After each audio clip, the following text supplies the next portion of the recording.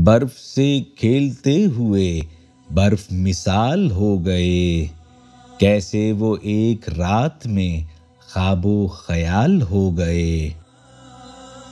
हद्दे निगाह तक खुला बर्फ का मर्गजार था, जाए अमा को ढूंढते लोग निढाल हो गए।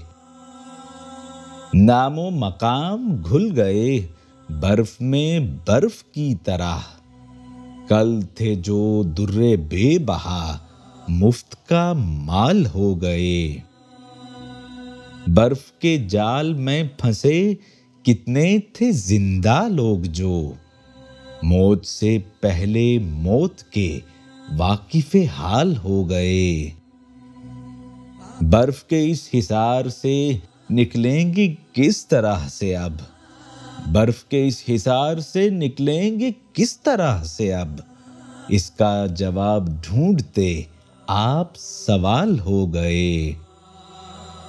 वो जो सफर में खो गए उनका भी हाल दीजिए, रस्ते जो थे रुके हुए माना बहाल हो गए।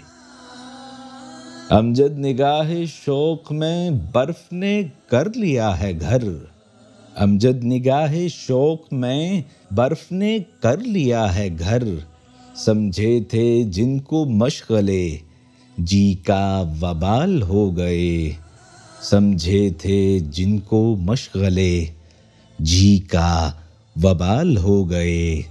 हाँ, जी का वबाल हो गए।